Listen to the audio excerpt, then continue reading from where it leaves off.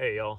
So I'm gonna try to keep this fairly short once the sun is setting, but two, just so that it actually uploads, because everything seems to be struggling to upload for me lately. So yeah, we've been really struggling to sell a lot of our pork, and it was great. I honestly, this is kind of timed out pretty great. So I got the Farm Tour Tuesday uploaded today. Today's Friday. For whenever this managed to get up. Fingers crossed it goes up tonight or tomorrow. But so yeah, we've been struggling to sell our pork, and it's kind of ironic because I posted we really got to move some pork, okay, and so we're doing a little better, and we posted some stuff up for some sale today. So posted some sales up today, so that seems to be helping. We've now moved out of those 5 bigger ones because the one that's got the broken leg from she broke her leg as a piglet. Her mom set her shelter down on her. That one. So that one we won't. We'll keep her back for us when she gets processed, because I don't know what that looks like. I'm not willing to sell that to someone else. So technically, there's 5 big ones to take in. So of those, we have sold 2 as wholes. Well, 1 whole, 2 halves, right? And then we threw up a quarter hog retail cuts sale. So it's 50 pounds of pork in like roughly what you'd get back as a quarter. So we'll belly some roasts, some ham, some steaks, some chops, some ground, some sausage, that kind of such, based off all the retail meat we've already got. We've got about 1,000 pounds of pork in the freezers right now, so that's good. And then that'll clear out space to get some more processed, so we can get it all processed, and get them out of the field from eating grain and out from tromping around out there with as muddy as everything's been getting. But right, so this is ridiculous. And so we posted that today, and we had someone comment already. I'm glad I waited to do this video that I said I would do in Farm Tour Tuesday until today, after seeing some of these posts. So someone commented, so we marked down our sale price for those big ones at $4 a pound hanging weight, which is already drastically cheaper than our normal rate. Our normal rate is $5.25 a pound for a whole, and $5.75 a pound for a half. Okay. And that's not making us a ton of money. Like, people want to act like that's making a ton of money. Like, somebody commented and said, $4 a pound, that's way too expensive for hanging weight. And then someone else commented and said, oh, I totally agree with it. Now, we had a lot of positive things too, right? So there was a lot of people, we got a lot of support off there too, but these two were just astounding. That they then said, the other person saying that they paid $1.40 a pound hanging weight, and for grass-fed pork. And now they linked the farm, and this is all on our Facebook page. So this is on our farm's Facebook page, and then I shared that comment as just a very disgruntled today, with my broke down response as to what it actually costs us to produce pork. Okay. So that person posted the link to the farm that they bought their grass-fed. I'll get into that in just a sec. For $1.40 a pound. I went to their Facebook page, dug through their Facebook page, because I was like, seriously, how in the world? Well, there are a row crop farm, first and foremost, that grows all their own feed, corn and soybeans in Nebraska. And then to top that off, they're not grass-fed.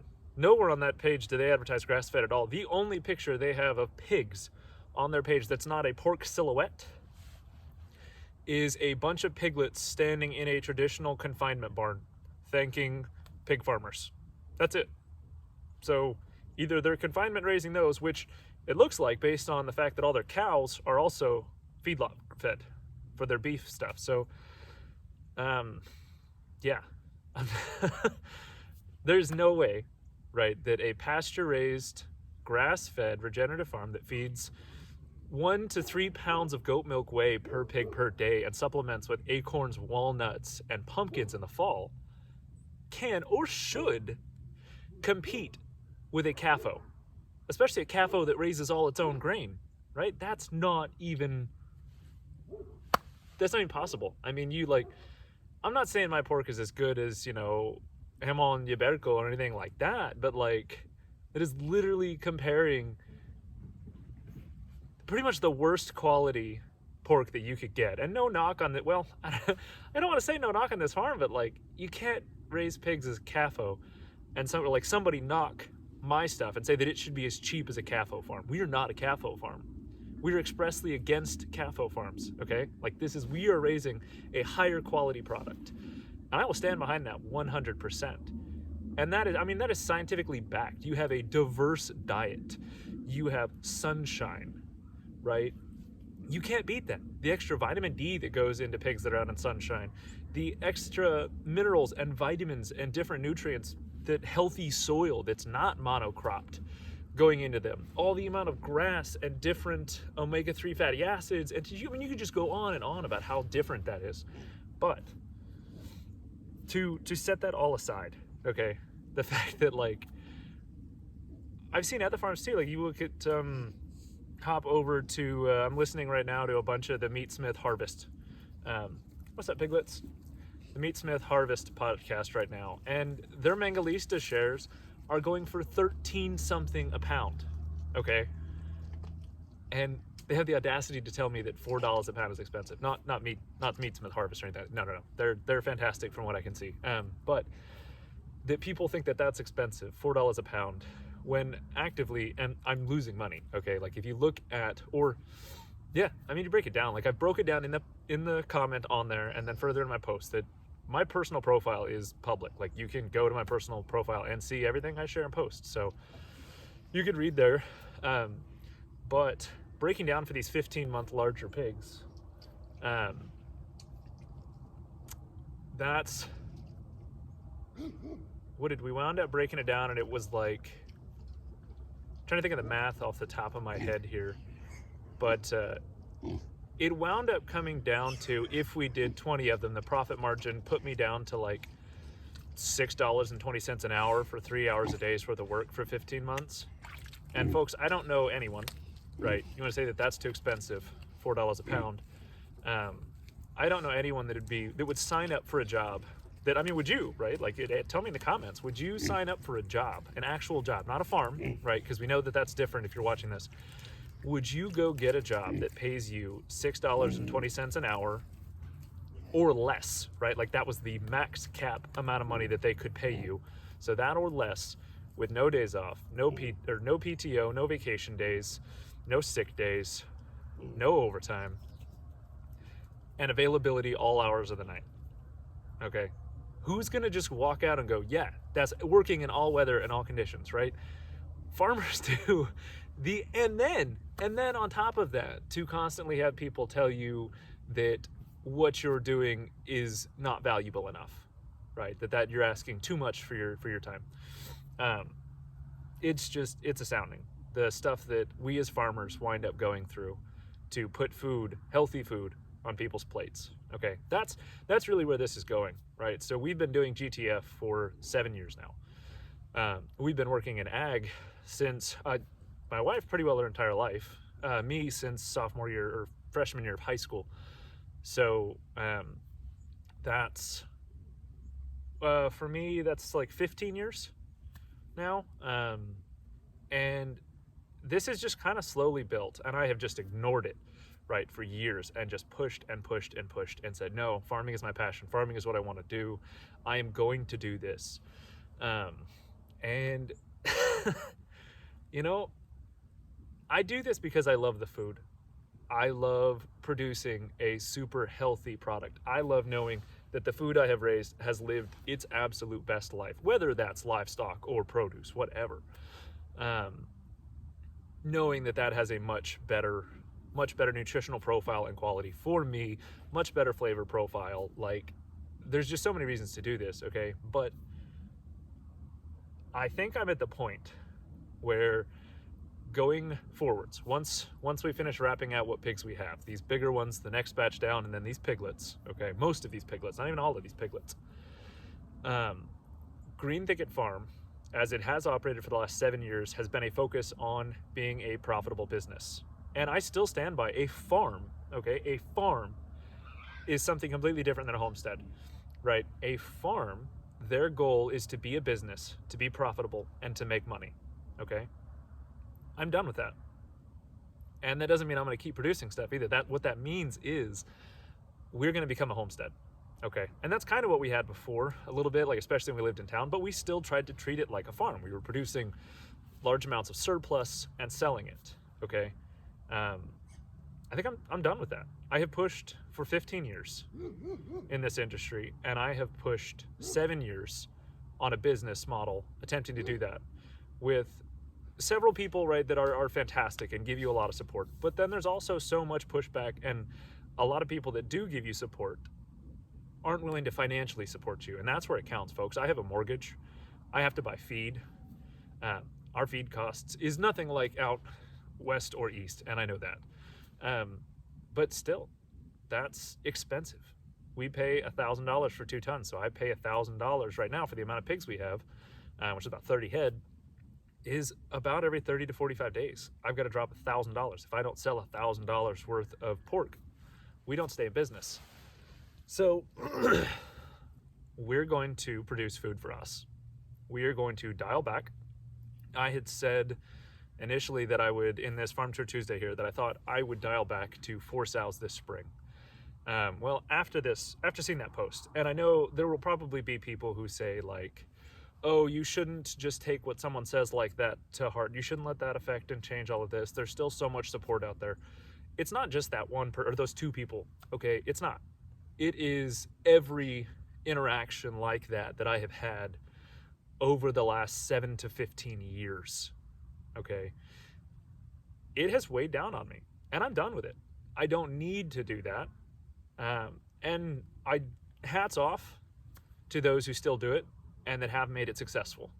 I have not, and I am fine at this point, to be frank, producing amazing food for us. And so that is what, don't be worried that like the YouTube channel is going away or anything like that.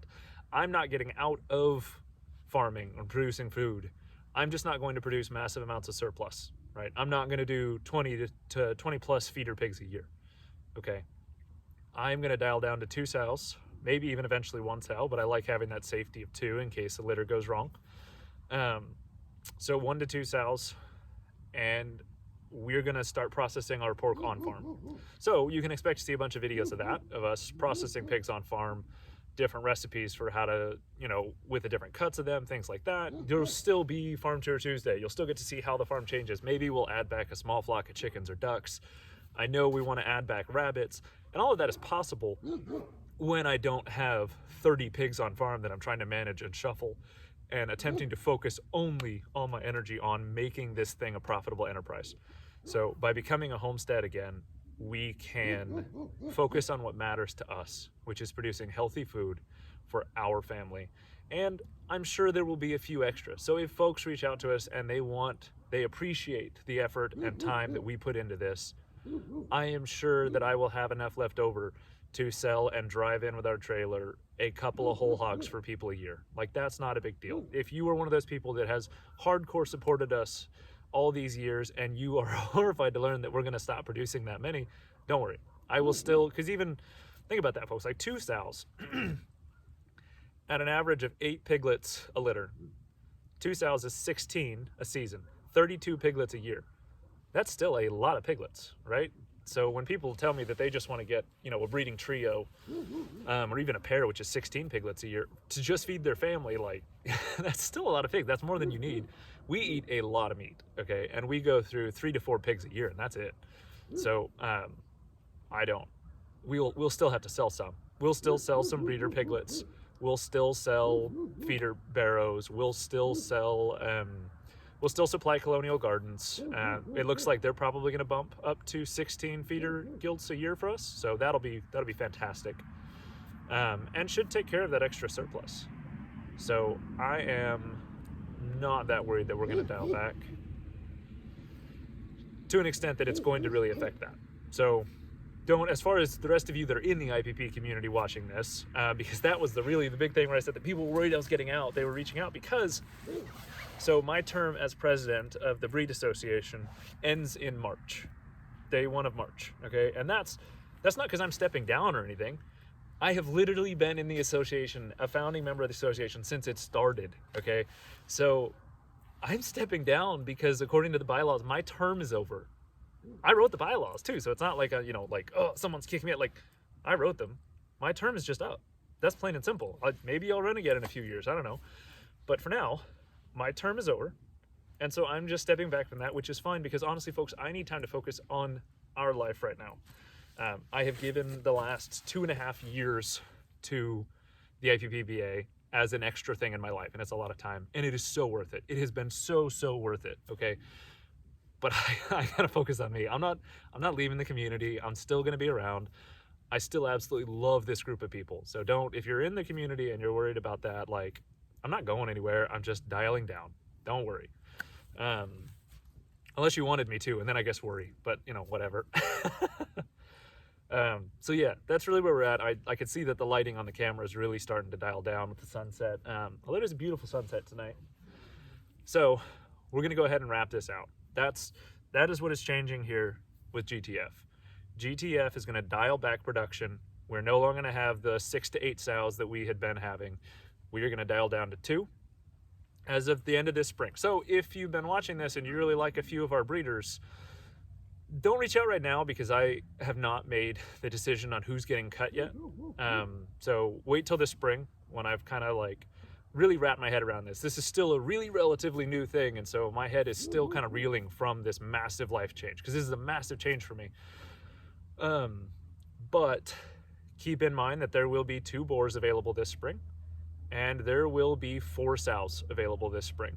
So if you're interested in any of our stock, after litters are weaned this spring, or towards the end there, they'll be available for sale. I've got to figure out which ones to go, but they will be available. So preferably, I don't want to tell you no to Oklahoma, or I think the other one is Tennessee. No, it's not Tennessee. It may be Alabama, maybe. The 2 states that require blood testing. Oklahoma's one of them.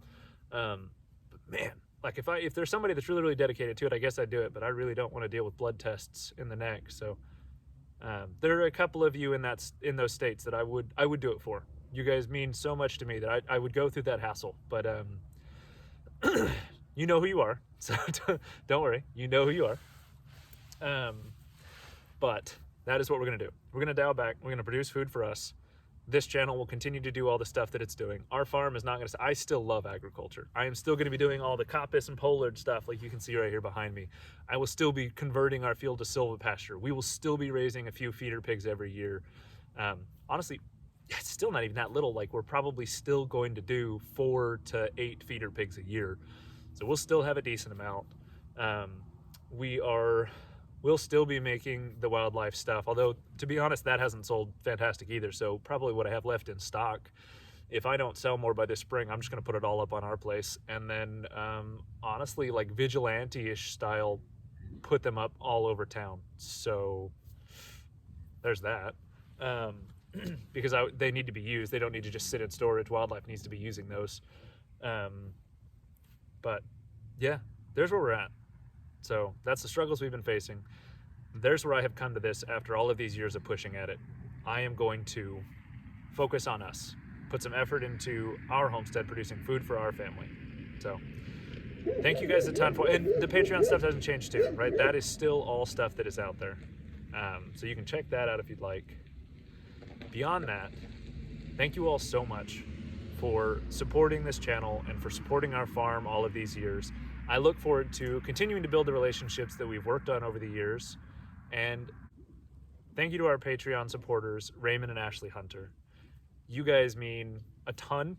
The fact that there is someone that is willing to monthly assist our farm like that. It's I know it's only $10 a month, but it seriously means so much to us. So thank you so much. Which actually, that reminds me, after I get done filming this, I'll call you back, Raymond. I saw that you called me. Thank you to the rest of you, all of you that watch our videos, all of you that send me messages, all of you that call and talk to me on the phone, all of you that have supported us over these last 7 years as a farm. You guys are so appreciated. I cannot tell you how appreciated you are. Yeah, you guys have a great week. And I look forward to sharing with you how our farm changes over the next couple years.